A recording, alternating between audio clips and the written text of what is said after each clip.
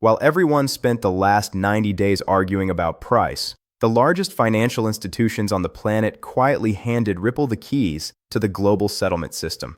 Not metaphorically, not theoretically, contractually. The Nasdaq, the New York Stock Exchange, the DTCC. These are not startups chasing a trend. These are the operators of a $50 trillion market.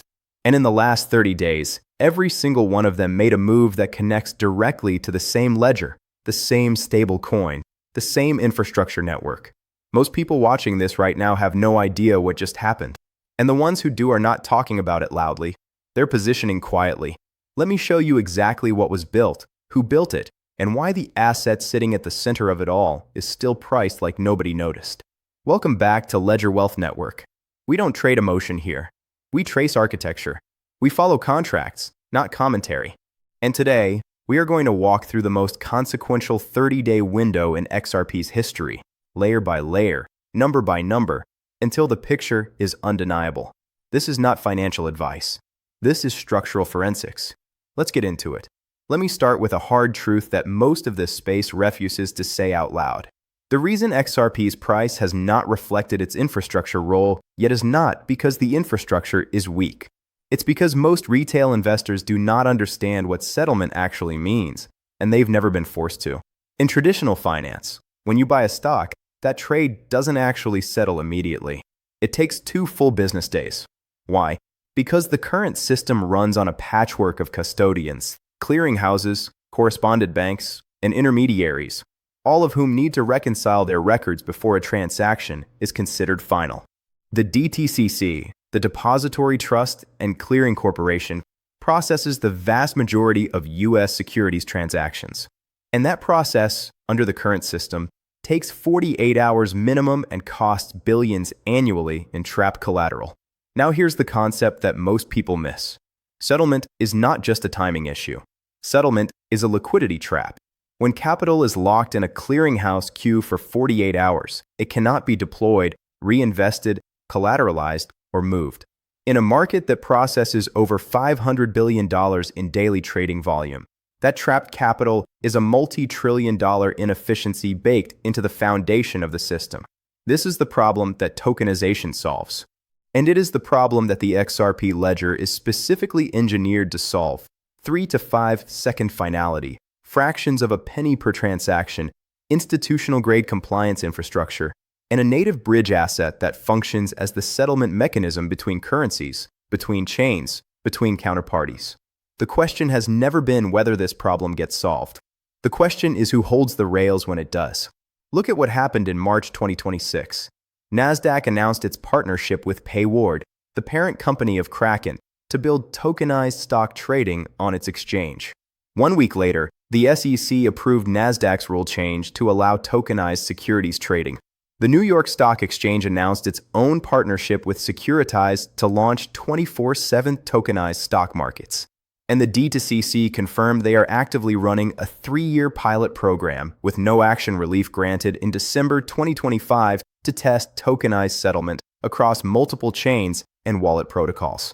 3 of the most powerful financial infrastructure operators on Earth, all moving in the same direction, all within the same 30-day window. That is not coincidence. That is convergence.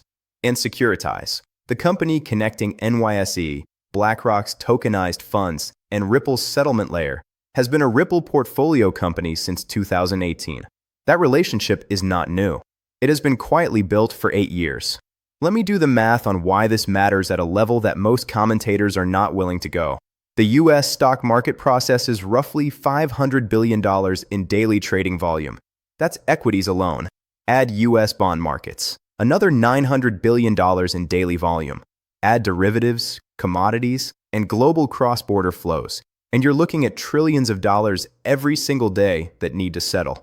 Now here's the math that the crowd ignores.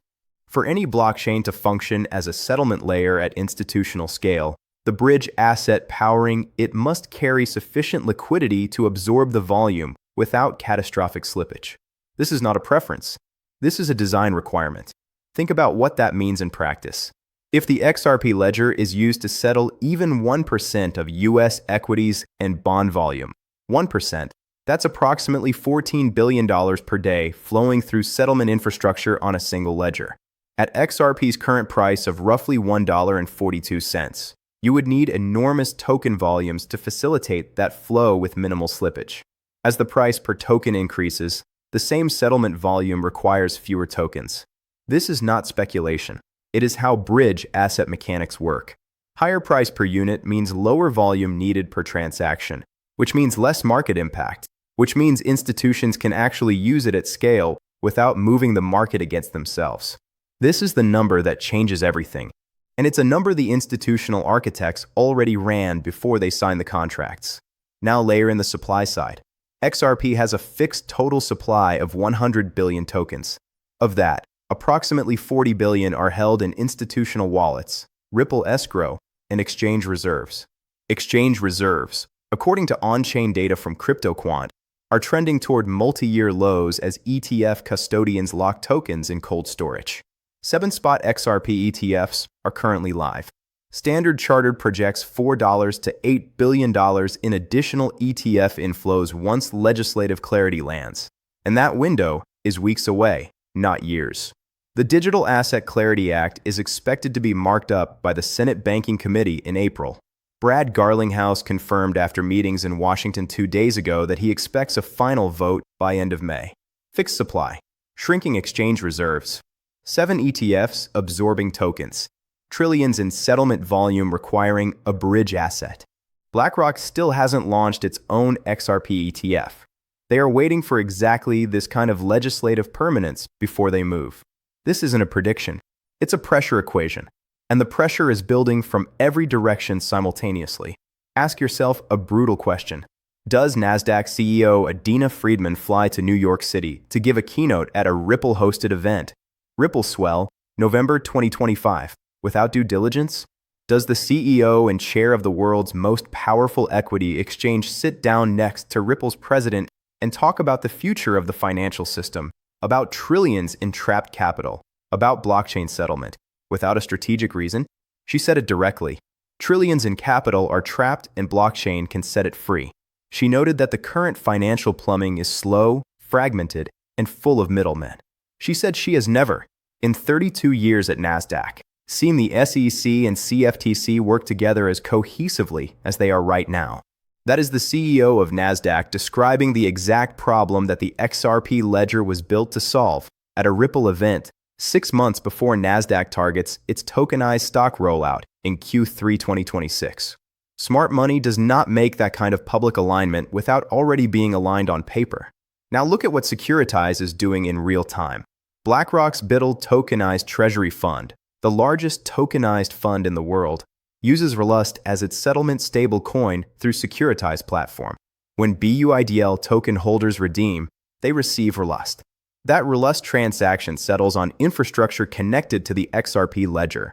BlackRock, the world's largest asset manager, already running live settlement through Ripple's ecosystem. VanEck's tokenized fund is doing the same thing through the same infrastructure. Meanwhile, the Monetary Authority of Singapore's Project Bloom sandbox is actively testing Relust for trade finance settlement on the XRP ledger right now. Japan's Financial Services Agency cut crypto taxation from 55% to 20%. SBI Holdings, one of Japan's largest financial institutions, is rolling out Relust at scale in one of the most regulated financial markets on Earth. These are not announcements.